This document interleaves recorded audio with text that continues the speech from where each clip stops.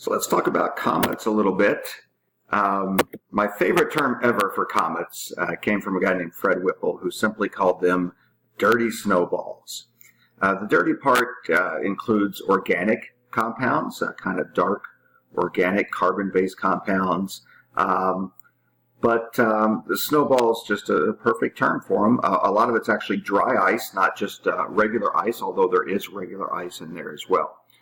So perfect term. Comets can originate many, many astronomical units from the sun, really, really far out. Now we're getting way out into the nether reaches of the solar system. Ancient people, of course, thought that they were glowing because they gave off light. A lot of people probably still think that, but they just simply reflect light. Actually, when they're far from the sun, we can't even see them because they're so small and they're so dark and they don't give off their own light. They just simply reflect light. And then another really cool part about comets, or big misconception, is that comets have a tail. I mean, comets 99% of the time don't have a tail. They're just literally a dirty snowball. It's only when they're particularly close to the sun during that 1% of the time that they're particularly close, let's say within the orbit of Jupiter, that they develop a tail. We'll talk about that more here in a minute. So that right there, that picture right there is what you really should think of when you think of a comet, not the beautiful tail that we see in the sky. That's what a comet is most of the time. Now, that particular part is then called the nucleus, which contains by far most of the mass of the comet itself. It's only the size of, let's say, a city. Maybe the city where I live, Coral Springs, would be a good representation for about the size of that dirty snowball, of that cometary nucleus. So again, when they're far from the sun, Halley's Comet's out in the sky right now. But we can't see it because it's only a few miles across, and yet it's billions of miles away from the Earth, and there's no way that we can see it. This kind of picture like this is only seen from a spacecraft going to visit a comet, which we have done. Okay. When a comet does get within, let's say, about the orbit of Jupiter or so, something interesting happens. That dry ice that I mentioned becomes a gas, and as you recall, it sublimates. It goes directly from a solid to a gas. So sublimation occurs, and you develop this very large area of gas around. Because remember, gases expand, and so the coma is actually much larger than the nucleus itself.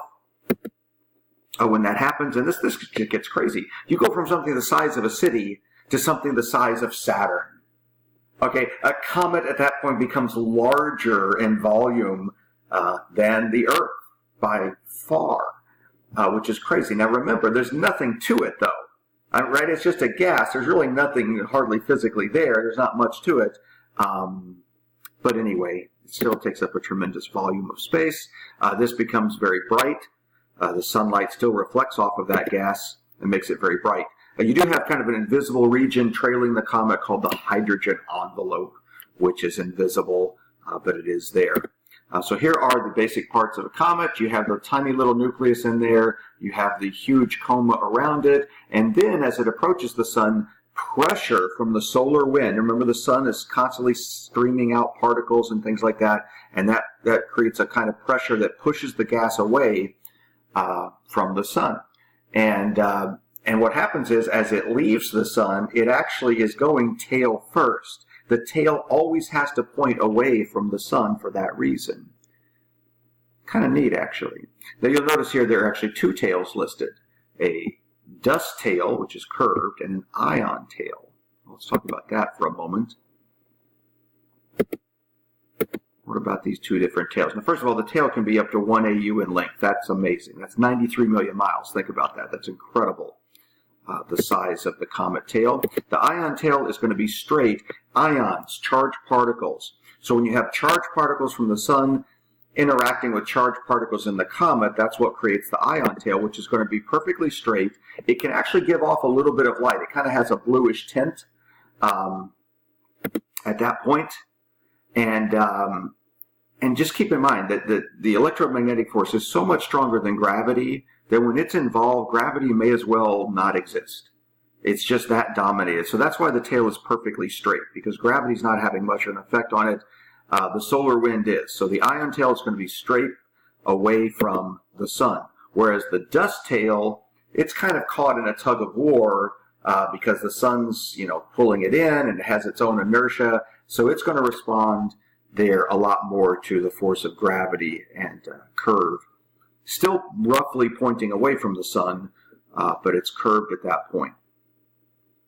So the solar wind is pushing it away, in other words, and gravity is pulling it into the sun. That's that kind of tug of war that I was mentioning there, creating the dust tail.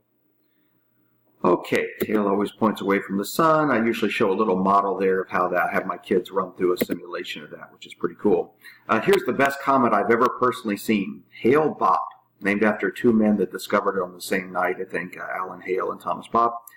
Hale-Bopp back in the 90s. You can clearly see the ion tail there and the dust tail.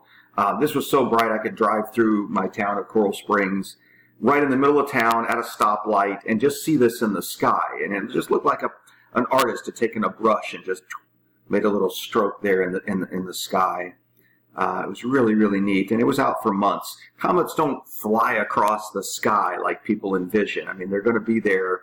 Yes, they are moving fast, but because they are so incredibly millions, tens of millions of miles away, you're not going to see that motion within an evening. So they're just going to be there in the sky night after night when they're out, which is just an amazing thing. Just kind of roughly speaking, it seems to me like we have a great comet about once a decade. And so kind of due for one, actually. So Comet McNaught was the next great one in 2007, but unfortunately that one, at least unfortunately for us, my class, that was only seen really in the southern hemisphere. But Comet McNaught was super bright. Look at that gorgeous picture. You got the Milky Way. That's the Small Magellanic Cloud, I believe. You've got the comet itself, and right there's a meteor, shooting star as well. Gorgeous picture. Look at that. That's in the daytime. That's how bright McNaught was, in the daytime. There it is right there in the sky during this fireworks show and lightning in the background. Now that same year in the north, we got a constellation prize, if you will. We did get to see this comet Holmes, looked like a little bitty peach in the sky and really didn't have much of a tail at all, which was sort of interesting in itself. So where do comets go? Well, one thing they can do is actually just crash into the sun. The sun can break them up into pieces. The sun can just swallow them up. And a lot of people ask me, how that affects the sun. Students last night, and I'm like, look, this is like a fly hitting a battleship. It doesn't do anything to the sun. 5-mile wide snowball is absolutely nothing compared, to the sun. Now in this video here, you see a piece. Look at this. The comet's broken up into two pieces, and you happen to have some solar activity around that same time, but I seriously doubt the two are related. Just a coincidence there that you have looks like a coronal mass ejection at that one point. Let's watch it one more time there. You get a little activity. Let's watch it hit. Looks like this from 1998. Little puff there, and then a pretty huge CME there on the right. So, but again, probably not even related because those comets have very little effect on the sun. So where do comets come from? Well, two places. There are two types of comets. Short period comets come from an area called the Kuiper belt. Now the Kuiper belt is kind of a donut-shaped area just beyond Neptune. That's why we choose 30 AUs there as the orbit of Neptune. And these comets take, on a minimum about 200 years to orbit the sun, which again sounds like a long time to a human, but for comets, that's a short period of time. They have prograde orbits, meaning they're going the same direction that the planets orbit the sun, and fairly flat. Not as flat as the planets on average, but again, kind of a donut-shaped area out there. Why do they come this way? Why are they sent in towards the sun? Well, it could be many reasons. There could be collisions. It could be that planets like Neptune occasionally pull them in towards the sun. Here's kind of gives you an idea of the size of the Kuiper belt. See that little inner ring? That's where all the planets are. That's what most people think the solar system is, which turns out to be just that little inner ring. And the Kuiper belt is much more vast there beyond it. But that's not everything. Beyond that, astronomer named Oort theorized all the way back in the 1950s that we would find a reservoir of dirty snowballs. And the difference is the Oort cloud is spherical. And the reason we know that is because these comets, instead of always coming in a flat plane with their orbit, they can come in from any direction whatsoever, which tells us that this vast area surrounds us in every direction. Really, really vast. We're talking out 100,000 AUs. Just let that sink in for a minute. Remember, Neptune's at 30 AUs. This may extend 100,000 AUs. So we're talking about essentially halfway to our neighbor star. It's pretty incredible. So these can take millions of years to orbit one time around our sun. So obviously once they come by, we never see them again. Now, despite the fact that there are trillions of these snowballs, again, if you combine the entire thing, it's really not that much total mass, especially when it's spread out over such an incredibly vast volume of space. In this case, they are so far out, they might actually get sent our way by passing stars. Yes, by other stars coming by. There's this one kind of hypothesis that's been out there for a long time that perhaps the sun has